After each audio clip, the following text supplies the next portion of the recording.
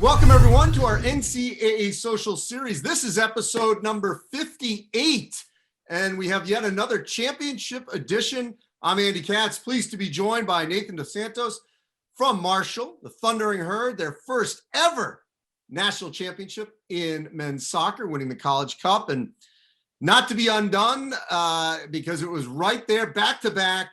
Julie Doyle from Santa Clara, national champions in women's soccer in the College Cup, first national championship in 20 years for the Santa Clara Broncos. So look, I want to get to each match because I rewatched parts of them earlier before we got together because I wanted to feel it again, that adrenaline that you guys felt and I think all of us felt in watching. So first, I'm just curious, just the fact that this was an event. We haven't always seen that in the College Cup. Men's, women's, same location in Cary, North Carolina. I know it was done initially because of COVID to keep everything sort of in one spot, but it kind of felt like, to me from afar, like a celebration of this sport. Julie, I'll start with you. What'd you think? Yeah, I mean, it kind of reminded me of the fun club days where every team would be in the same hotel room and, if you get knocked out, they'd go home. And if you're still in it, it was like less and less people there. So I actually enjoyed the experience and I thought it gave my team an opportunity to get closer with each other and, do fun activities with one another. Nathan? Yeah, I would definitely agree. I'm sure a lot of our boys, they kind of come from far away. So any chance we get to go somewhere together, go somewhere different, it's always a great experience to just travel and be together, 24/7. Well, it's a great location. Years ago, I'm dating myself, but I actually went to an early College Cup in the early 90s. I don't even want to know when you guys were born. And it was in Cary, North Carolina. So it's been sort of an oasis for college soccer. For whatever reason, they've got a great facility. So before we get into the actual matches, what did you guys think of the way this was put on in the spring? Not the norm, which I'll get to in a moment, but just as an event, as a national championship event in Cary, North Carolina. Julie, then Nathan. Yeah, I think they did a great job. I mean, especially for being in a pandemic and like no one had any cases. That's just amazing. Every team was there for a reason, and it was to win a national championship. So everyone was doing the right things and getting tested every other day and did what we needed to do to win. Yeah, and I would just say that, everything felt good. It didn't matter that it was in the spring. I know we're a big supporter of the 21st century model. We want to be playing year round. We want to have, NCAA championships in the spring semester. And I think North Carolina was a great place. The weather was awesome. The venues were great. Overall, the experience was really incredible. All right, Nathan, you've opened it because I don't know, if the athletic directors and commissioners will be on board here, but I loved it. One thing that I know that is an issue is that when you get into December, weather can be a major problem. So can darkness. I know they have lights, but it's a different game when you have to wear layers and, that ball can feel pretty hard when it's pretty cold out. So I know this was, unusual circumstances, but Julie, take me through just the thought process of playing it in the spring. I enjoyed it. Going off of that, the weather was for the most part good. There was one game where it was super interesting. We had a lightning delay, but we stayed ready and we waited for the team before us to finish their PKs. But there was always a field open for us to practice at. Every team was managed well, and yeah, I just want to thank you guys because there was a lot of hard work put into that. So thank you. Nathan, fall versus spring?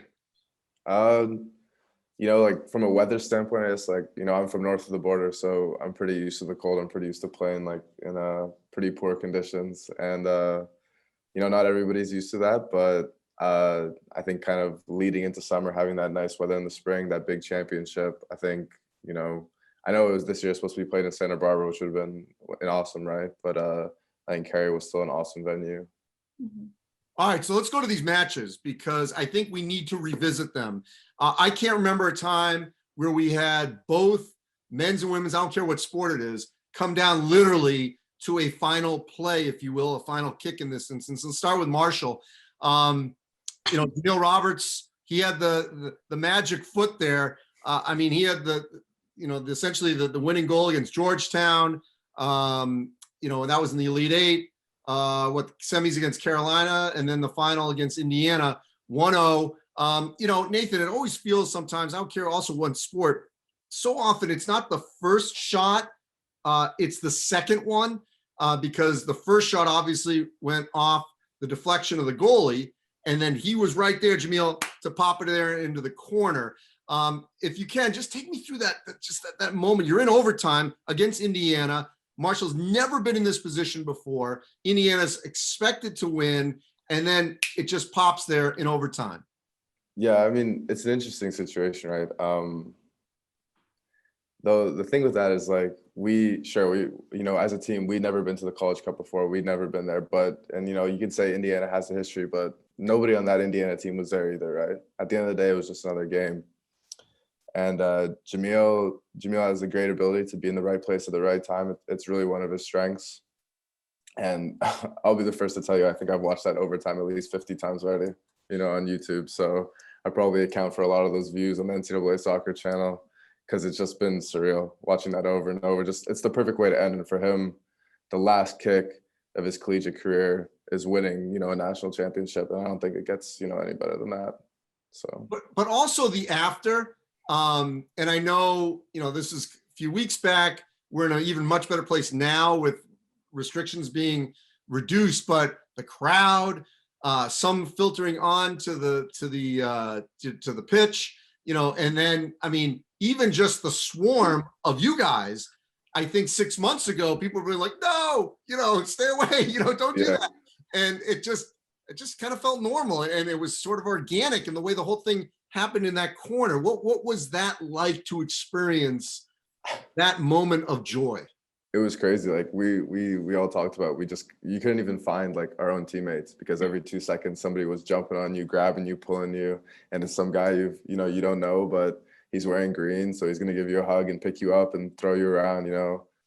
The people from Huntington, they love us and we love them, and we're so glad that they were able to come, and that we're grateful that North Carolina was able to have fans in the game, because the atmosphere was it was electric. I think you could hear it even on the TV, just how loud these guys were, like from start to finish. They didn't stop, nonstop all game.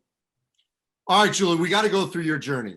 I've talked to many a Stanford, San Jose, Santa Clara player, coach, regardless of sport, and it was quite a maze, if you will, that you guys had to navigate in Santa Clara County. You guys did not play for a month in between the end of the regular season, which was abruptly ended, to the start of the NCAA tournament. Plus you were displaced, at times in the winter or early fall, didn't have a fall, and you're supposed to play a lot of Pac-12 schools, powers like Stanford and UCLA and USC.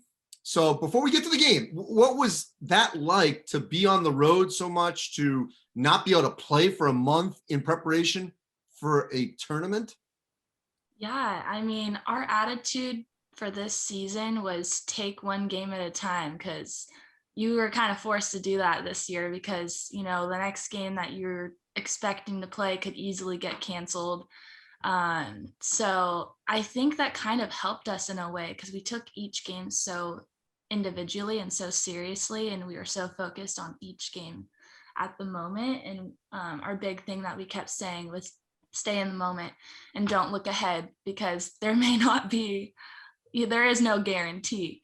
So we also knew that there was a bigger emphasis on winning our conference championship, and that's something that I have never done in my 4 years.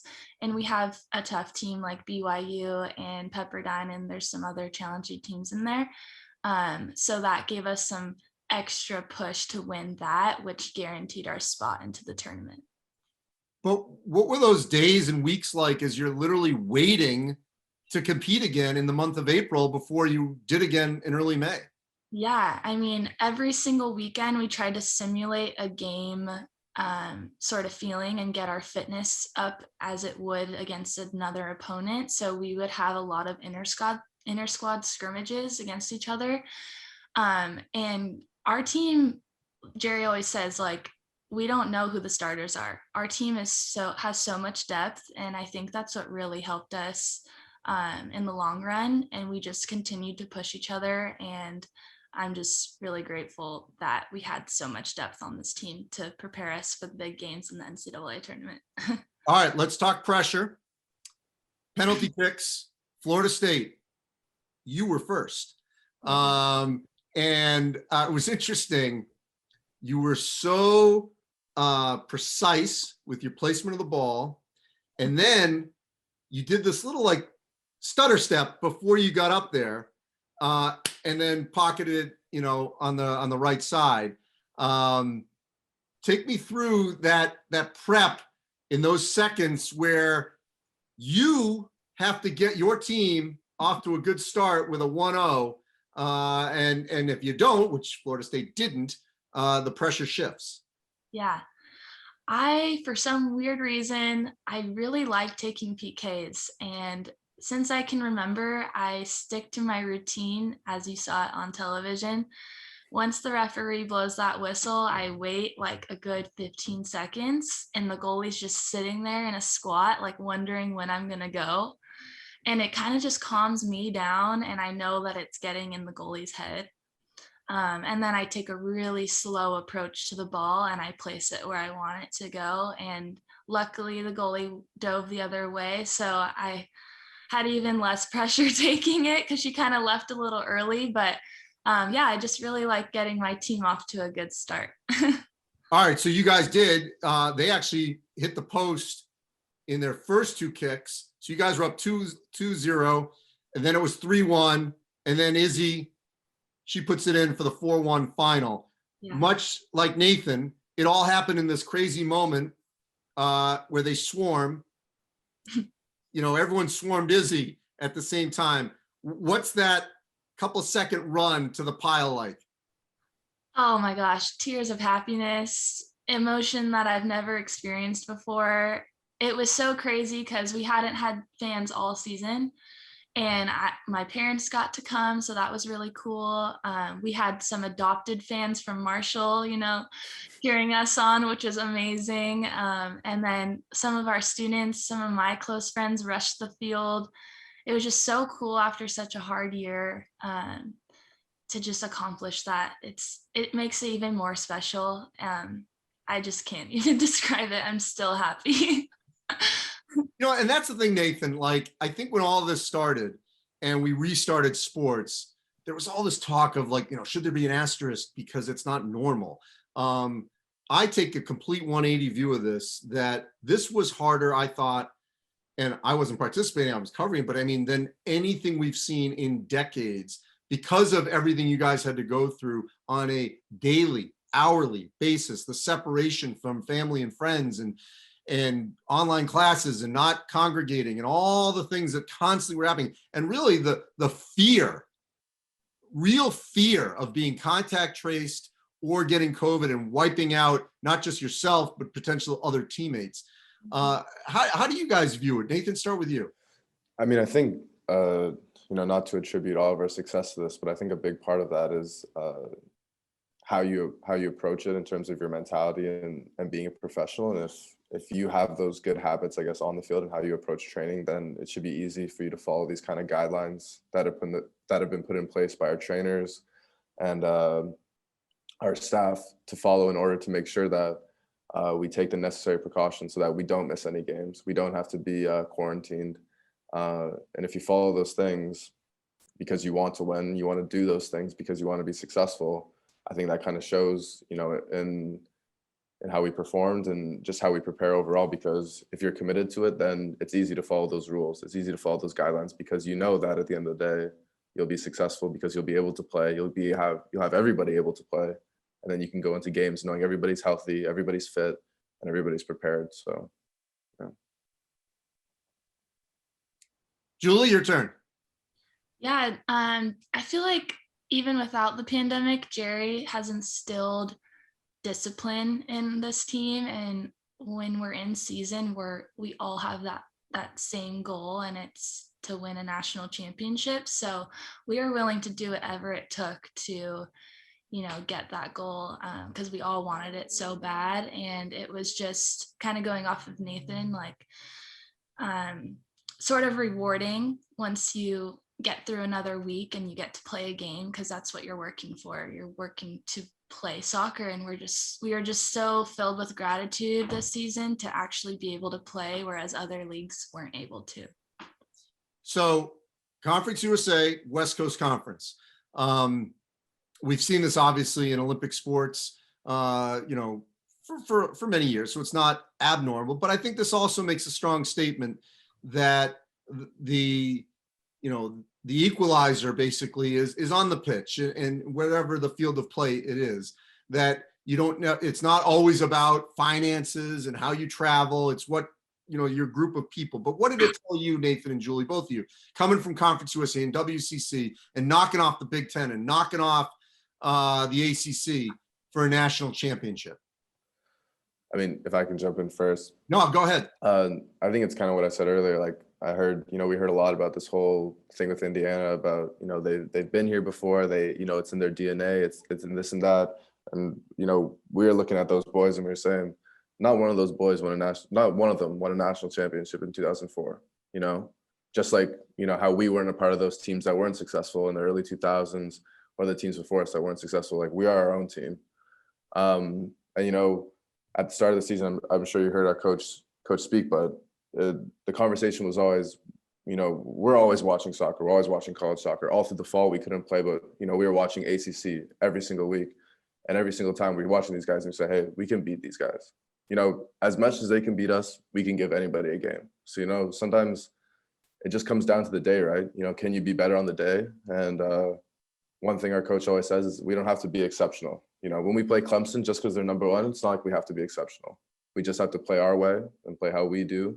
And then the rest will take care of itself. And I think that showed throughout the tournament because we took out the best team in the ACC, the best team in the Big Ten, one of the best teams in the Big East, the reigning national champs, and another ACC powerhouse. So, yeah. Julie?